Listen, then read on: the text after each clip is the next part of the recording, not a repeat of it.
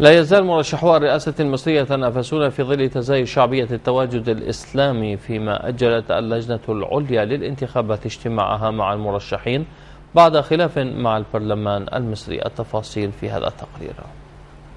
أن تزيد شعبية المرشحين الممثلين للتيار الإسلامي عند كثير من المصريين الذين رأوا أنهم خير ممثل لهم في انتخابات الرئاسة المصرية، والتي أصبحت على الأبواب وتجرى الآن الدعاية الانتخابية له، والتي أظهرت حتى الآن تقدما لأصحاب التيار الإسلامي عن غيرهم لما يتمتعون به من خبرة وبرامج انتخابية.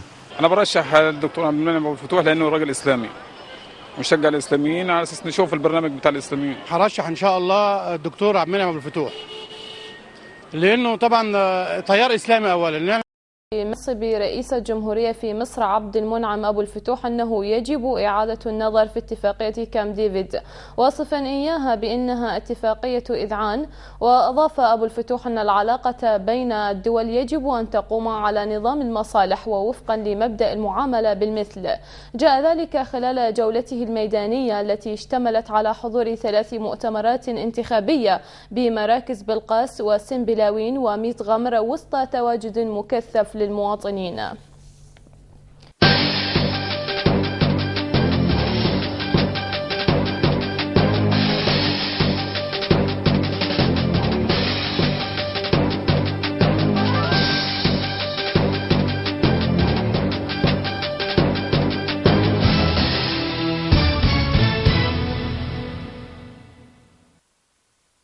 أصدر القضاء الإداري المصري في مصر حكما من شأنه إبطال إعادة أحمد شفيق آخر رئيس للوزراء في عهد الرئيس المخلوع مبارك إلى سابق الرئاسة.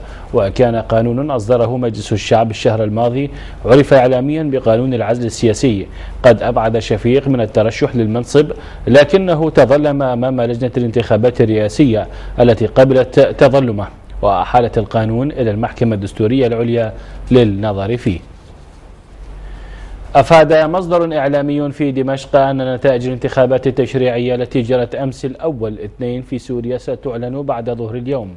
في هذه الأثناء تتواصل عمليات فرز الأصوات تحت إشراف لجان قضائية فرعية في عدد من المحافظات. وبحسب مصادر إعلامية سورية رسمية فقد اكتملت العملية في بعض المحافظات كدرعا والسويداء، فيما وصلت مراحلها النهائية في أدلب والرقة، حيث يجري التدقيق الآن في النتائج.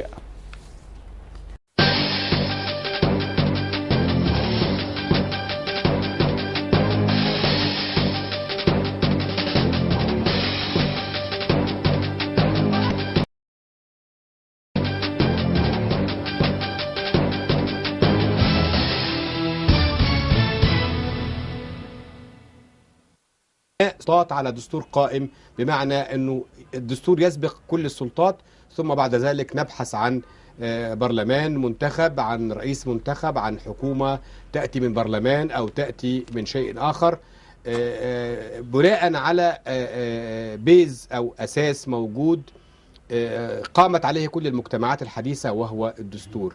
عندما التفتنا عن هذه البديهية وقلبنا السكة، يعني القطار أصبح، ونرجو يعني أن نخرج منها سالمين. وأن من قال نعم كانت مولى دعم مرشح. كيف ترى هذا الاختلاف من وجهة نظرك؟ مش المشكلة إذا كنا صوتنا، يعني احنا إذا كنا مجلس شعب ومجلس شورى عن نقطة الدستور، خلينا أقول دستور وحول الجمعية اللجنة والتصويت بنعم. تمام. أستاذ خير،